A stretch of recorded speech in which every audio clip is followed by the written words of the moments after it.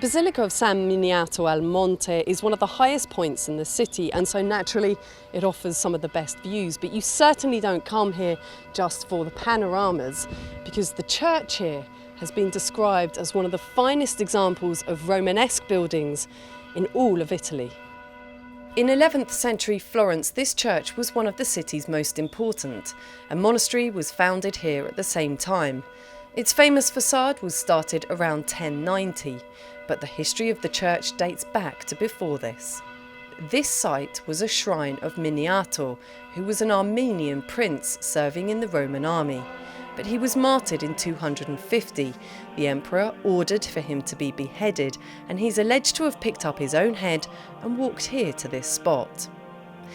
In the 17th century, it was used as a hospital and a poorhouse, and in 1924 the Levitan Benedictine monks moved in.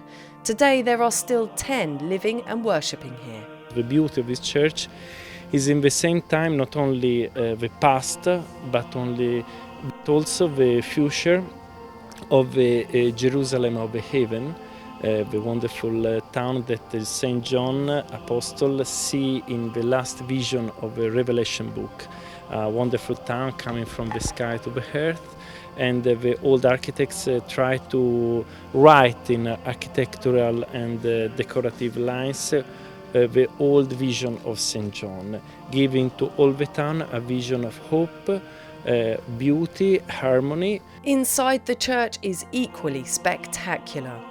It's structured on 3 levels. The church is supposed to reflect the universe. Jerusalem is on the upper raised choir, earth is the ground level, and underground the crypt represents death. Built between 1018 and 63, it survives in virtually its original state. Many of the columns here came from Roman temples in Florence. The flooring has 7 unusual marble panels which are now roped off to protect them. They date back to 1207. But dominating the inside of the church most of all is the impressive mosaic of Christ. Even the frescoes on the nave's wall date back 800 years. The centre of the nave is dominated by the beautiful freestanding Cappella del Crocifisso, or the Chapel of the Crucifix, designed by Michelozzo in 1448 and thought to be painted by Agnello Gaddi. The terracotta decoration of the vault is by Luca della Robbia, and Michelangelo even designed the defensive walls surrounding the church in 1550. The crypt is the oldest part of the church, and here you can see the original high altar. It supposedly contains relics of San Miniato himself. The vaults are frescoed by Taddeo Gaddi.